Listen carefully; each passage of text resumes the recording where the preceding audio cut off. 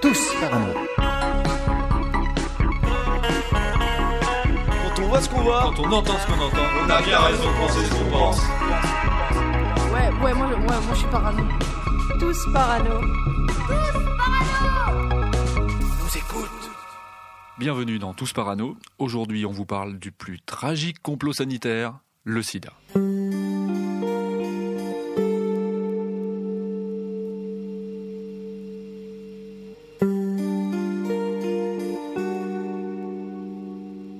Imaginez, le sida n'est pas la maladie que vous croyez. La CIA serait en fait à l'origine de la conception de ce virus. Avec un objectif inavouable, Décimer les populations noires, aussi bien sur le sol américain que sur le continent africain. également dans le viseur du puissant service secret, la communauté homosexuelle. Les campagnes de vaccination, les traitements administrés aux malades ou les missions humanitaires ne sont au mieux qu'une couverture. Au pire, un moyen d'inoculer le virus. Si virus il y a. Il est aussi évoqué ça et là que le sida n'existe tout simplement pas. La complicité du milieu médical serait alors d'une ampleur inégalée. Ils sont les responsables principaux, puisqu'on dit aussi que le sida pourrait être finalement un accident industriel. Vous l'avez compris, c'est un sujet grave. On en parle dans Tous Parano aujourd'hui. Martine, alors, qu'est-ce que tu deviens? Je suis séropositive. Mais non, c'était pour déconner. Tous parano. L'origine du sida a dès le début suscité toutes les controverses. Selon la théorie officielle, la maladie provoque un dysfonctionnement des défenses immunitaires, entraînant la mort du patient qui ne peut se défendre contre de multiples infections.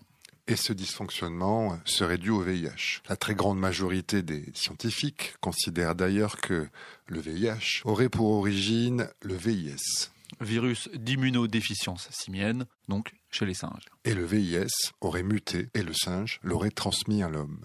Le mode exact de transmission n'est pas connu, mais il aurait pu s'agir d'une contamination par voie sanguine au cours de travaux de boucherie, dans le cadre de la chasse par exemple. On considère aujourd'hui que le VIH serait d'abord apparu dans le bassin du Congo, et ce, dès les années 20, avant de progressivement se propager jusque dans les années 80. Alors, contrairement à cette version officielle du sida, la théorie du complot la plus répandue suggère que le virus est une création humaine.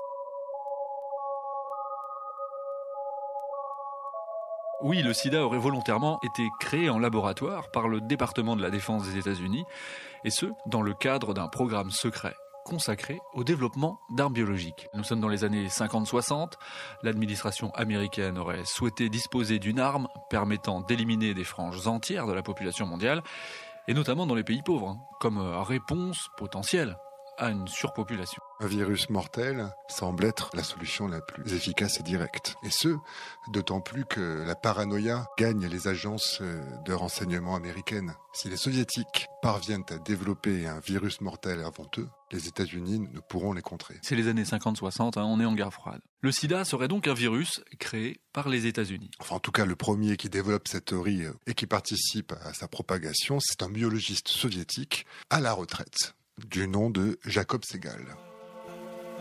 Tous parano. Tous parano. Tous parano. Jacob Segal. Alors lui, il est né à Saint-Pétersbourg en 1911 dans une famille juive. Il est communiste engagé. Il émigre en France pour effectuer ses études. Il obtient d'ailleurs un doctorat à la Sorbonne en 1936. Il combat aux côtés de la résistance française pendant la Seconde Guerre mondiale, évidemment dans les rangs communistes. Oui, tout à fait. Et à l'issue de la Seconde Guerre mondiale, lui, il décide de passer à l'Est. Et il devient professeur de biologie à l'université Humboldt à Berlin-Est. Il effectue ensuite quelques séjours à l'étranger, notamment à Cuba, au Mexique, et puis il fonde son propre institut de bactériologie appliquée avant de prendre sa retraite. Là, on est en 1971. C'est la trajectoire finalement relativement discrète d'un brillant scientifique soviétique à l'époque. Alors on vous parle de lui parce que, après sa retraite, 15 ans plus tard, il fait pour la première fois parler de lui aux États-Unis et en Europe de l'Ouest. Oui, il fait parler de lui en publiant en 1986 un texte qui s'intitule « Le sida, sa nature et ses origines ». Et il y affirme plusieurs choses. Déjà que le virus a été créé à Fort Detrick. Donc il y a une localisation précise du lieu de création du virus. Fort Detrick, c'est le grand centre médical militaire américain qui est situé dans le Maryland. Oui, bien connu. Le célèbre professeur Robert Gallo, considéré comme le co-découvreur du sida, selon la théorie officielle, aurait dirigé les recherches là-bas. Mais surtout, Segal, ce qu'il affirme, c'est que l'armée américaine aurait ensuite testé les virus sur des prisonniers, et ce en échange de leur liberté. Et alors, au bout de 6 à 12 mois, aucun symptôme n'étant apparu du fait de la longue période d'incubation du virus, eh bien le Pentagone aurait conclu que ce virus mis au point était inefficace. Et c'est ainsi que les cobayes sont relâchés dans la nature, ce qui cause, selon cette toute première théorie, le début de l'épidémie du sida. Tous parano. Alors, au milieu des années 80, donc apparition de la maladie, beaucoup de fantasmes gravitent autour de l'apparition du sida. En tout cas, les opinions de Segal font l'objet de nombreux articles de journaux. Oui, on peut dire que sa théorie fascine. On peut citer par exemple la célèbre émission d'info américaine, le CBS Evening News, qui l'invite, ce qui permet de relayer ses accusations. From around the world and from CBS News headquarters in New York, this is the CBS Evening News with Dan Rather. Good evening. Émission à grande audience, très connue là-bas. Segal séduit par son engagement, de nombreux séropositifs en tout cas, aux États-Unis et en Europe. L'occasion est trop belle, l'URSS va utiliser son travail. Alors, comment ? En diffusant massivement les thèses de Segal, déjà lors de la 8e conférence des non-alignés en septembre 86, alors sous le nom Rapport Segal. Et ce rapport Segal fait alors le tour du monde. Il faut comprendre que dans plus de 70 pays, les idées de Segal sont relayées par la presse de gauche. Alors autant le dire, si le rapport Segal a bien été utilisé par l'URSS comme un moyen de propagande dans le but de nuire à l'image des États-Unis, il semblerait en fait que la superpuissance communiste soit même à l'origine de toute la théorie. C'est ainsi que Jacob Segal ne serait simplement pas un scientifique soviétique à la retraite, mais bien encore le rouage essentiel d'un complot orchestré là par le KGB, avec l'aide de la Stasi, c'est-à-dire les services secrets est-allemands. Et ce complot est connu sous le nom Opération Infection. En version originale, peut-être ? Opération Infection, comme on dit au fin fond de la Sibérie. C'est ça que tu voulais entendre. Le but de l'opération Infection, voilà, consiste à, je crois que vous commencez à le comprendre, à utiliser tous les moyens pour propager l'idée que les États-Unis avaient créé le virus du sida. C'est l'intoxication, quoi. Autrement dit, à l'origine même du complot du sida, on trouve donc un complot dont le but est de faire croire à un complot. Poupée russe un peu. Gigogne, quoi. Et ce qui est d'autant plus frappant, c'est qu'on dispose de nombreuses preuves, en fait. Qu'on se comprenne bien, un an après la fin de l'Union soviétique, les Russes ont admis que la plupart des documents accusant les États-Unis d'être à l'origine du sida provenaient bien du KGB. Tous parano.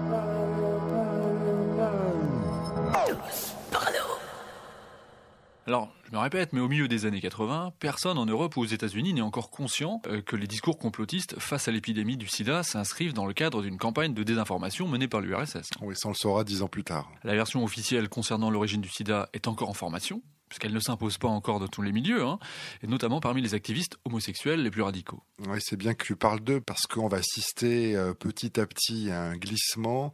La théorie du complot du sida va en effet connaître une évolution, parce qu'on va progressivement passer à une conception du sida perçue comme un virus eugéniste, directement dirigé contre des communautés bien identifiées. Et là, oui, bien identifiées, parce que c'est bien au sein de la communauté gay que le virus apparaît aux États-Unis. Et là, c'est la nouvelle maladie qui tue, et qui est d'ailleurs même surnommée le cancer gay au début des années 80.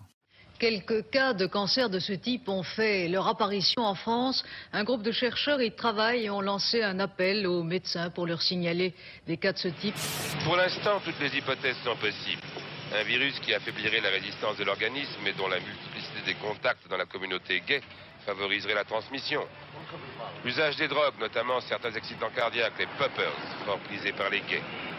Ou bien la vie sexuelle très intense, ou bien Dieu sait quoi. Pour de nombreux militants radicaux, l'apparition du sida ne doit rien au hasard. Le virus, en fait, c'est un outil de guerre biologique destiné à éradiquer la communauté homosexuelle.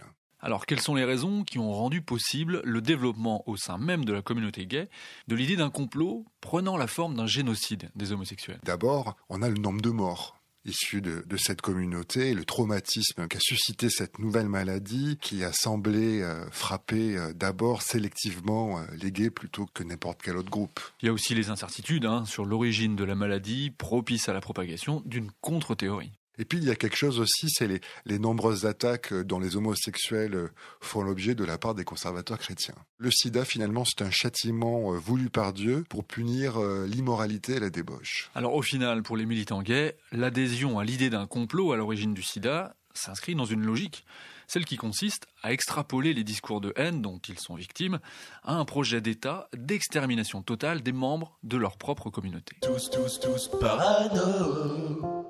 La croyance en un plan génocidaire contre les gays trouve un partisan essentiel en la personne du docteur Alan Cantwell. C'est un médecin, un dermatologue, on précise, de Los Angeles. Oui, il publie un livre en 1993. Le titre est clair, Le sang des homosexuels, les secrets du complot du sida. Et dans ce livre, il défend une thèse qui, bien qu'elle soit sur certains points proches de celle de Jacob Segal, s'en éloigne sur d'autres. Proche de Segal parce que, pour lui, il ne fait aucun doute que c'est bien l'armée américaine qui est derrière la création du sida. Mais Cantwell, il cherche surtout à expliquer comment le virus n'a touché initialement que les gays, ce que la version officielle ou le rapport Segal ne parviennent pas à faire de manière convaincante. Oui, finalement tout repose sur cette question, pour citer Cantwell, comment une maladie sexuelle transmise par voie hétérosexuelle en Afrique a pu être transportée à New York pour infecter seulement de jeunes blancs homosexuels. Écoutez Cantwell. Comme vous le savez, j'ai retracé l'origine du sida aux États-Unis. Les programmes scientifiques gouvernementaux avaient recours à des hommes gays à New York, San Francisco, Los Angeles et dans d'autres villes. Et dans ces expérimentations, les gays étaient des cobayes. Je ne crois pas que le sida en Amérique soit venu d'Afrique, comme ils veulent nous le faire croire. Son origine, à mon avis, c'est ceux qui ont été en 1978 victimes de ces expériences du gouvernement, c'est-à-dire des hommes gays vivant à New York, des hommes jeunes et en excellente santé. Si le virus a bien été créé dans les laboratoires de Fort Detrick, dans le cadre donc d'un programme secret militaire, il n'aurait pas été testé sur des prisonniers par contre. Oui, selon la version de Cantwell, pour mesurer l'efficacité meurtrière du virus, l'armée et la CIA auraient cette fois-ci monté en fait une étude médicale bidon. Oui, là on aurait fait croire au test d'un nouveau vaccin contre l'hépatite B, alors qu'on allait de fait inoculer le nouveau virus du sida à d'innocentes victimes. Selon la théorie de Cantwell, tous reçoivent un vaccin délibérément contaminé par le sida. Ce qui est vrai, de fait, dès 79, c'est parmi les vaccinés de Manhattan que les premiers cas de sida connus sont d'abord apparus. Mais plus troublant encore, 14 ans après les faits, soit en 1993, c'est-à-dire au moment de l'apparition du livre, 93% des sujets qui ont été vaccinés à l'époque contre l'hépatite B sont désormais morts du sida. Ça va nous rendre parano tout ça.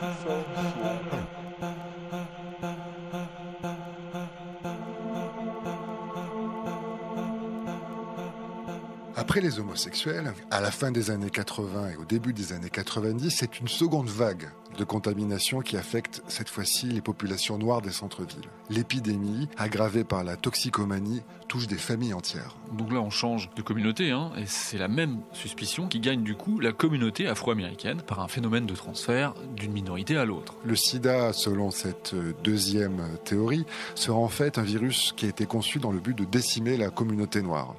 Une nouvelle théorie qui va gagner très vite en popularité. Grâce notamment à un personnage, avocat afro-américain et vétéran de l'US Navy, Boyd Graves. Boyd Graves va jouer un grand rôle dans la diffusion de l'idée que le sida aurait été fabriqué par le gouvernement américain pour affaiblir la communauté noire. Il remarque que les Noirs, qui comptent pour 13% de la population, représentent 50% des cas de personnes frappées par le sida aux États-Unis. Et donc en 2002, lorsqu'il publie son livre State Origin, l'épreuve d'une naissance en laboratoire du virus du sida, cet ouvrage connaît un succès immédiat, d'autant plus que Boyd sait faire parler de lui. Avocat, il a de la verve. Voilà. C'est un personnage connu dans le paysage médiatique qu'on entend sur cette question du sida. En septembre 98, il dépose par exemple une plainte directement contre les États-Unis pour création, production et prolifération du sida.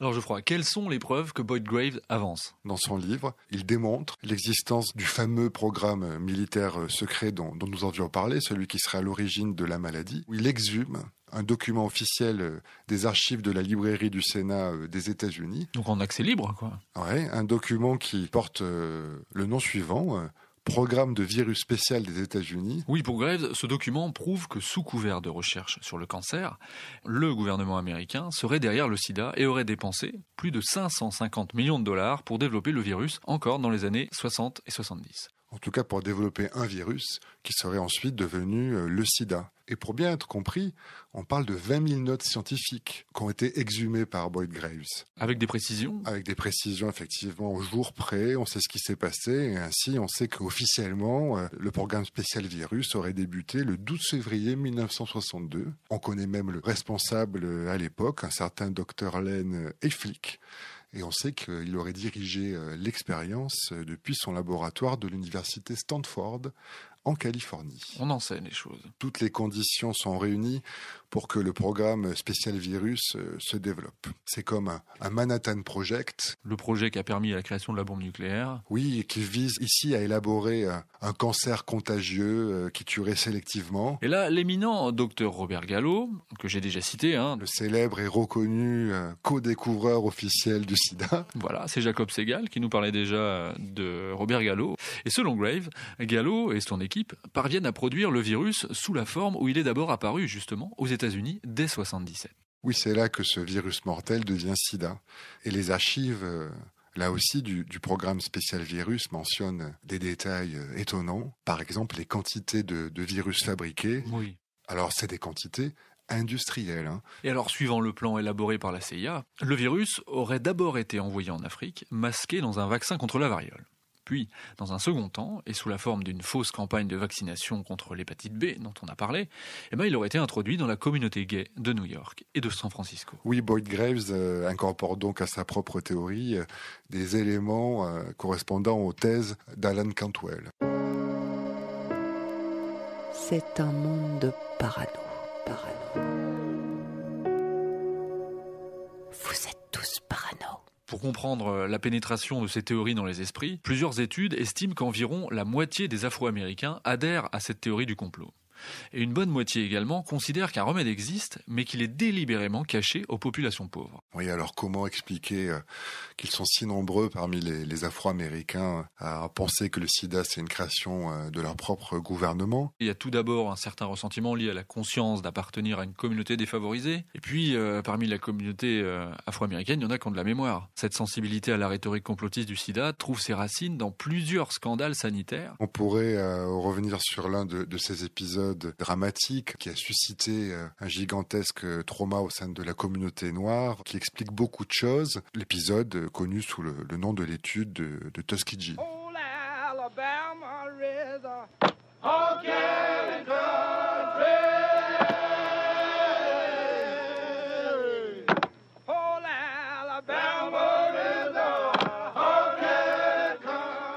Alors Tuskegee, c'est une ville de 11 000 habitants située en Alabama. Et là-bas, il se serait passé tout simplement la plus longue expérimentation humaine à but non thérapeutique de l'histoire de la médecine, puisqu'elle aurait duré 40 ans, de 1932 à 1972. On a reconstitué dans le détail le déroulement de cette expérimentation.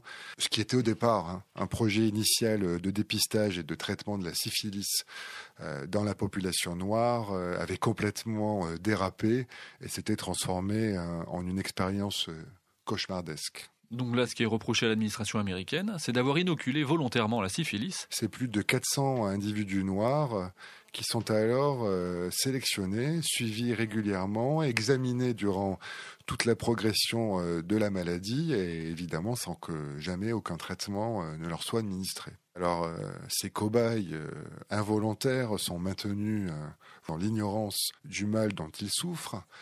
Et ce qui est terrible aussi, Gaël, c'est que dans cette histoire, ce que ça montre aussi, c'est la collaboration. Les médecins, les infirmières, les pasteurs membres de la communauté noire. Les églises même ont été utilisées pour procéder à des examens corporels et des prélèvements sanguins. Donc, pour aller jusqu'au bout du cynisme, imaginez que quand un malade mourait, l'administration proposait de prendre en charge les frais d'obsèques, mais seulement dans le but d'obtenir des familles la permission de procéder à des autopsies pour la bonne conduite de l'étude. Bon. Vous l'aurez compris, le bilan de l'étude de Tuskegee est catastrophique. Plusieurs centaines de victimes sont décédées et également une image, une crédibilité brisée pour les autorités sanitaires américaines. En 1993, le gouvernement des États-Unis, par la voix du président Bill Clinton, a reconnu les faits et s'en est excusé.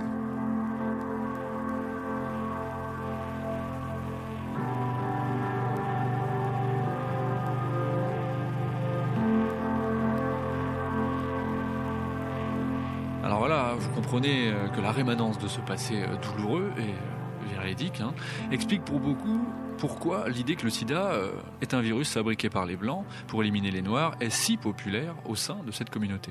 Oui, en témoignent certains écrits, par exemple émanant du mouvement nationaliste Nation of Islam, selon lequel le sida serait bien une maladie créée par les Blancs.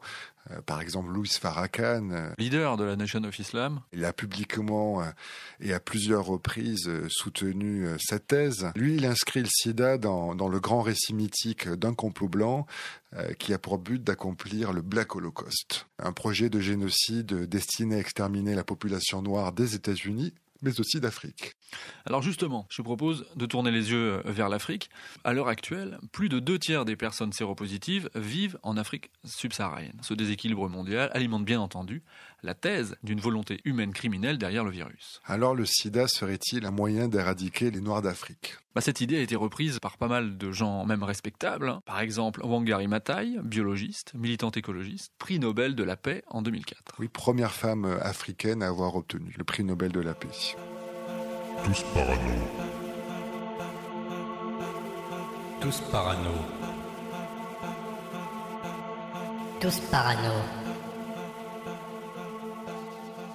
Il existe une deuxième grande théorie du complot concernant le sida.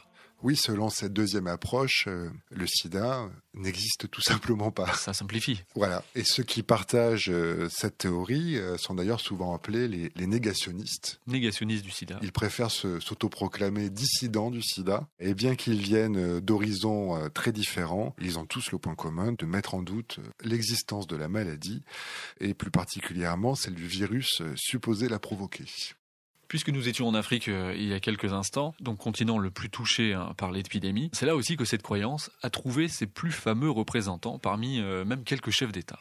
Oui, parmi les dirigeants politiques, on peut citer l'ancien président sud-africain, le successeur de Nelson Mandela. Thabo Mbeki, oui. L'ancien président sud-africain a ainsi refusé de fournir des traitements antirétroviraux aux personnes séropositives au début des années 2000. Ça aurait coûté, selon les Nations Unies, la vie à plus de 300 000 personnes quand même. Son ministre de la Santé allait jusqu'à recommander l'utilisation d'ail, d'huile d'olive et de betterave comme traitement. Et un autre ancien chef d'État que l'on peut citer, l'ancien président gambien, Yahya Jammeh, lui était au pouvoir entre 1994 et 2017. Et il a déclaré à plusieurs reprises qu'il pouvait guérir les séropositifs, je cite, en 3 jours à base d'herbes et grâce à des pouvoirs mystiques. Pour lui, comme pour d'autres d'ailleurs, se convertir à l'islam peut constituer également une solution pour guérir. Et un mythe aussi qui perdure, c'est qu'avoir une relation sexuelle avec une jeune fille vierge pourrait permettre la guérison. Oui, la maladie du sida serait bénigne, on aurait juste exagéré les traits.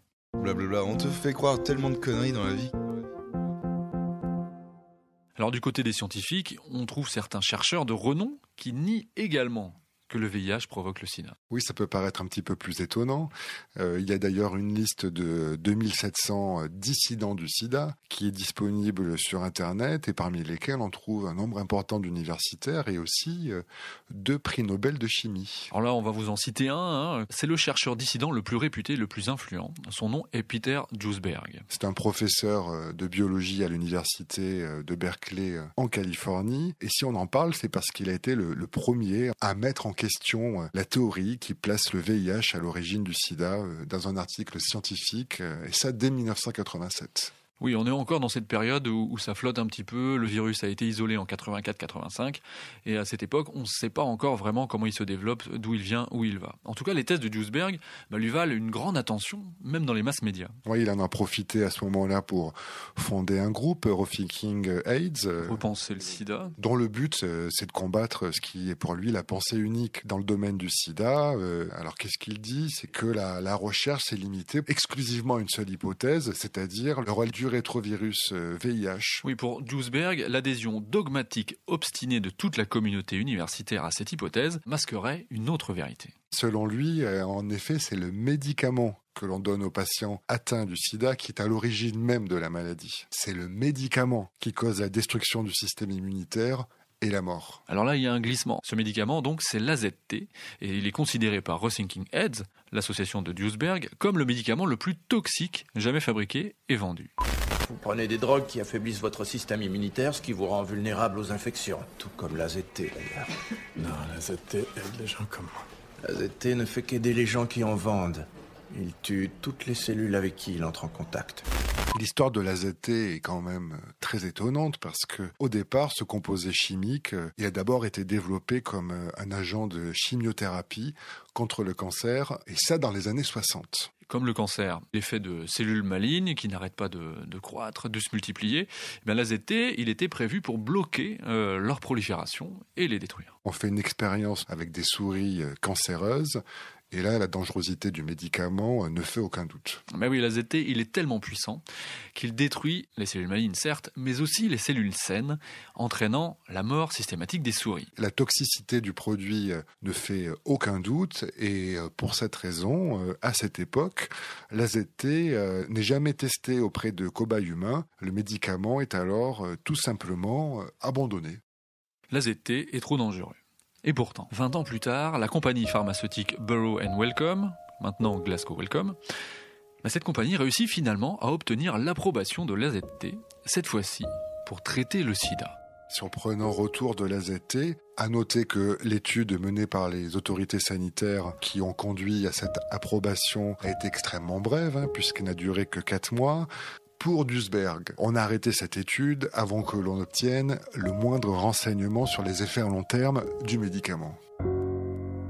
Oui, et c'est l'important, puisque dès le départ, il a été décidé que le traitement à l'AZT devait être pris à vie. Ouais, alors pourquoi administrer un médicament aux effets secondaires aussi dévastateurs ? Selon certains, c'est bien par appât du gain. Oui, c'est des multinationales, les agences de l'État qui sont sur le banc des accusés. Il y aurait une collusion d'intérêts entre les spécialistes du sida, le service de santé publique des États-Unis, les plus prestigieuses institutions médicales du pays et les laboratoires pharmaceutiques. C'est ce qu'on peut voir dans le film Dallas Buyers Club. Vous ne trouvez pas que c'est un peu absurde d'entendre ces hommes parler de guérison tout en exhibant leurs grosses Rolex en or ? Que savent-ils sur le traitement des malades ? Ce sont des vendeurs pharmaceutiques, pas des médecins, et que ça vous plaise ou non, c'est une puissante industrie.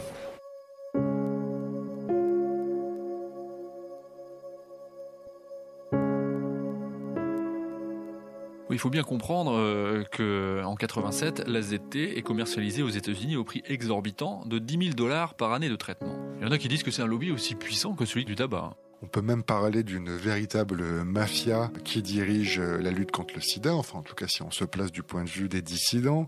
On est obligé de reconnaître que le sida est en train de devenir une industrie multimilliardaire, un lobby basé uniquement à cette époque sur un produit, l'AZT. Tous parano.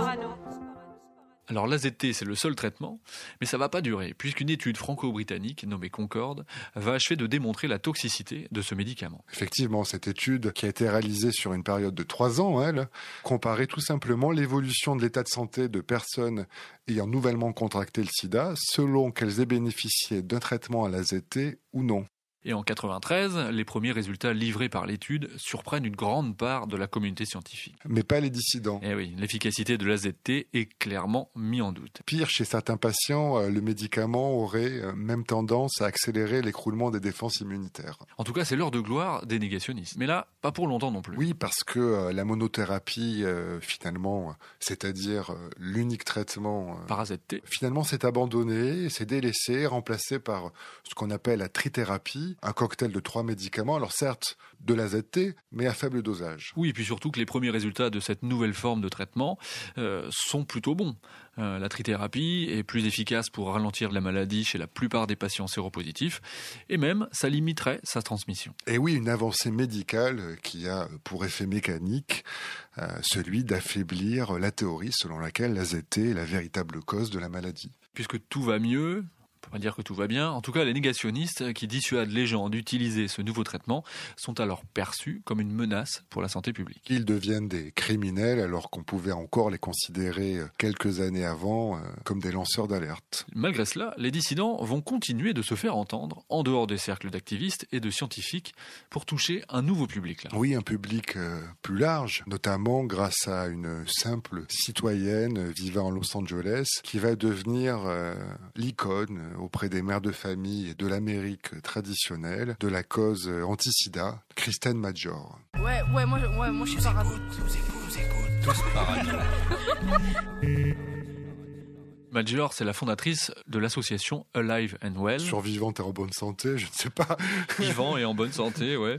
En tout cas, c'est devenu petit à petit le plus important groupe négationniste issu de la société civile. C'est pour ça qu'on vous parle de Christine Major. Son histoire est intéressante et à plusieurs titres édifiante. Alors tout commence en 92 quand elle effectue un test du sida sur elle-même, sur les conseils de son médecin de famille, et là elle est diagnostiquée séropositive. Oui, elle décide de ne jamais prendre de traitement. Radical. En 2000, elle publie un livre sur son expérience. Oui, ce livre, ça s'appelle « Et si tout ce que vous pensiez sur le sida était faux ?» C'est un livre qui est d'autant plus remarqué qu'elle a eu 2 enfants entre-temps, depuis l'annonce de sa séropositivité. Et ces 2 enfants en question, un garçon et une fille, Charles et Elisa Jane, n'ont jamais été testés pour le VIH. Elle refuse de les tester, et bien évidemment. Et donc, Christine Major est reçue sur les plateaux de télé. Elle explique son histoire, la vie de ses enfants, sa vie. Elle refuse tout traitement médical parce que c'est le traitement qui provoque la mort. Et la réalité revient au galop. Ah ouais. Retour du réel, sa petite fille meurt déjà en septembre 2005. Alors, selon les médecins, d'une pneumonie associée au VIH. Pour la mère, c'est une allergie à un antibiotique que sa petite fille aurait pris. Une partie de l'Amérique est véritablement choquée par cette histoire. Il considère Christine Major comme une victime. Et celle-ci va justement continuer à prêcher son message à d'autres mères séropositives. Elle va même jusqu'à trouver des soutiens assez inattendus. Tu veux sans doute parler du groupe les Foo Fighters. Que tu as adulé en ton temps. Et qui liste sur son site web l'association Alive and Well comme une cause pour laquelle il s'est engagé. Il n'en demeure pas moins que sur le rapport d'autopsie d'Elisa Jane, il est bien mentionné qu'elle est séropositive. Elle était morte, souvenez-vous, d'une pneumonie associée au VIH pour les médecins. Oui, et sa mère, Christine Major, ne l'accepte pas. Elle décide d'attaquer en justice le comté de Los Angeles en invoquant la violation des droits civiques de sa fille. Pour une autopsie qu'elle n'aurait pas désirée. Donc ça prend des proportions incroyables. On est en 2007 et finalement, ça ne dure qu'un an. Pourquoi ? Parce qu'elle meurt elle-même, Christine Major, d'une pneumonie associée également au sida comme sa fille. Ça n'empêche pourtant pas les thèses négationnistes de continuer leur progression. Oui, là c'était une histoire archétypale avec Christine Major, mais pour toutes ces thèses négationnistes, ce qui est en leur faveur, c'est qu'à ce jour, aucun médicament qui détruit totalement le virus et fait disparaître la maladie n'a été trouvé. Aucun vaccin n'a été mis au point. Oui, cette incapacité à régler définitivement le problème sur un plan médical, oui, ça contribue à renforcer le sentiment qu'on ne nous dit pas toute la vérité. Surtout que des sommes en jeu sont colossales, les laboratoires pharmaceutiques engrangent des bénéfices faramineux, la recherche sur le sida bénéficie également d'investissements financiers de plus en plus importants. Et d'ailleurs, malgré cette histoire terrible qu'on vient de raconter, et en dépit de l'amélioration du traitement du sida, les dissidents, s'ils restent actifs, est-ce que ce n'est pas aussi parce que de nombreux scientifiques réputés qui ont rejoint leur rang n'ont finalement jamais été mis au banc de la communauté scientifique. Oui, ceux dont on vous a parlé d'ailleurs, qui occupent des chaires et qui continuent d'exercer au sein de prestigieuses universités. Peter Duesberg, toujours professeur à Berkeley, université considérée pourtant comme relativement élitiste. Et progressiste et très politiquement correcte, alors ça ne cesse de nous étonner. Tous parano, tous parano, tous. Gaël, il y a une 3e théorie du complot sur le sida. Cette 3e théorie est la suivante. Le virus serait le fruit d'un accident industriel. Un acte qui est là involontaire, mais dont les conséquences ont été si dramatiques qu'on a préféré cacher la vérité. Déjà, il faut bien se dire qu'on part bien du même point que dans la version officielle du sida. Le virus vient du singe ? Oui, selon la version officielle, des singes étaient souvent capturés en tant que gibier, voire même pour servir d'animal de compagnie, et le sang contaminé aurait pu se mêler au sang humain lors de morsures, de blessures, durant le dépeçage des animaux. Alors les tenants de la troisième théorie estiment que le franchissement de la barrière des espèces est relativement rare, et qu'en plus le virus meurt souvent lors de ce passage. Mais c'est vrai qu'on peut se dire, l'homme a vécu près du singe. Des milliers d'années. Il paraît étrange que le virus n'ait atteint l'homme finalement qu'au XXe siècle. Alors on va associer cette troisième théorie du complot ici à un homme, Hilary Koprowski. Un virologue américain d'origine polonaise qui serait à l'origine du virus. Oui, c'est lui qui l'aurait créé. Et il aurait là bénéficié de nombreux soutiens au sein de la communauté scientifique. Eh ben oui, celle-ci l'aurait protégé. Ça expliquerait que vous n'en avez pas entendu parler. Mais peut-être que vous avez lu le magazine Rolling Stone en 1992. Si c'est le cas, vous en avez entendu parler. Avec cet article de Tom Curtis qui, à mon avis, vous avez sauté à l'œil. Dans cet article, le virus serait passé du singe à l'homme à cause d'une campagne de vaccination anti-polio pratiquée entre 55 et 60 en République démocratique du Congo. Alors comment une campagne de vaccination anti-polio peut amener le virus du singe ? Explication. Tom Curtis, il étudie les campagnes de vaccination qui auraient été menées par Hilary Koprowski, qui aurait vacciné au moins 1 million d'Africains à cette époque. Lui et son équipe, on imagine. Lui et son équipe, effectivement. Pourquoi ? C'est aussi parce qu'il est engagé dans une course un peu folle avec un autre chercheur pour trouver le vaccin anti-polio. Donc il faut du vaccin. Il en faut beaucoup. C'est là où on a la théorie de l'accident industriel. Oui, il aurait voulu aller plus vite, peut-être que son concurrent, en tout cas plus vite que ce qu'il n'aurait fallu. Il est accusé d'avoir utilisé des reins de chimpanzé pour fabriquer le vaccin, au mépris de toute considération sanitaire. Et c'est pendant ce processus de fabrication que le vaccin serait devenu un virus.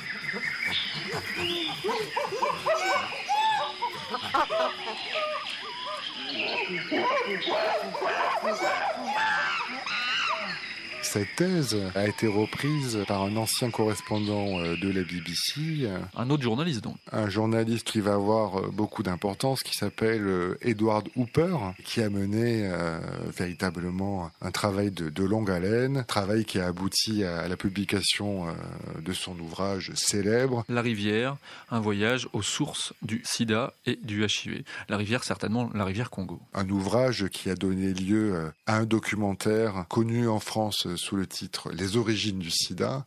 Et ça ne cesse de nous frapper quand on voit la liste des chaînes de télévision de réputation sérieuse qui ont coproduit ce film. Là, on n'est pas dans la complosphère, on est dans les médias de masse. Oui, médias nationaux même, puisqu'il y a France 2, TV5 Monde, RTBF, Radio-Canada. C'est vrai que lorsque on lit le livre d'Edward Hooper et que on observe les cartes qui sont à l'intérieur, il y a une proximité vraiment troublante entre la localisation des premiers cas de sida, donc en Afrique, et les zones de vaccination de Koprowski. En fait, la superposition des zones est quasi parfaite. Et alors, il apporte aussi des témoignages, Edward Hooper, de Congolais, qui affirment qu'en plus, il existait un parc où étaient accueillis près de 600 chimpanzés à la fin des années 50. Donc, évidemment, non loin du lieu où Hilary Koprowski fabriquait ses vaccins.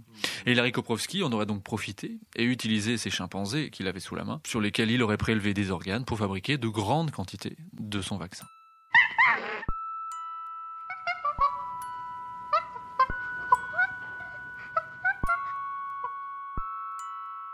Autant le dire, la communauté scientifique, elle, a toujours réfuté cette théorie qui est finalement une théorie de journalistes d'investigation. Et d'ailleurs, c'est ça, Edward Hooper n'a pas de preuves scientifiques, selon eux. Il n'a pas la rigueur scientifique, c'est ce qu'on lui reproche un petit peu. Et puis, il y a un échantillon d'origine du vaccin qui a quand même été analysé au début des années 2000. Oui, preuve scientifique, là. En tout cas, aucune trace de virus n'a été retrouvée. Ça a mis à mal, malgré tout, cette théorie, au moins dans des cercles initiés. C'est ainsi qu'on retrouve dans la revue scientifique Nature, la revue britannique, un article à charge contre le travail d'Edward Hooper. Ça vise finalement à protéger Hilary Koprowski, qui n'a jamais été plus proche de l'œil du cyclone. On parle quand même de quelqu'un, par exemple, qui est détenteur de la Légion d'honneur en France. Quelqu'un qui restait un homme influent, incontestablement dans la communauté scientifique, et ce jusqu'à son décès en 2013. Alors, les théories de Edward Hooper interpellent, mais c'est vrai que si cette troisième théorie est singulière, c'est par son réalisme. Il est indéniable que des laboratoires ont créé et manipulent des virus mortels ou encore des bactéries qu'il ne vaut mieux pas respirer. Ça, on l'imagine bien. Il est aussi facile de penser que si le sida est apparu dans des zones reculées d'Afrique il y a bientôt un siècle, eh bien, les dispositions sanitaires n'étaient pas à la hauteur pour limiter une propagation. Oui, les campagnes de vaccination réalisées par des humanitaires occidentaux ont certainement empiré la situation. Ils étaient heureux, sans doute, de faire profiter des populations reculées de leur vaccin contre la polio ou d'ailleurs la variole. Alors, ils ont enchaîné les injections et ils n'ont sans doute pas stérilisé les aiguilles comme on le ferait aujourd'hui. Enfin, les notions d'asepsie n'était pas du tout la même. Oui, est-ce que le sida pourrait venir finalement d'un tel manque de précaution ? Quoi, nous rend tous parano.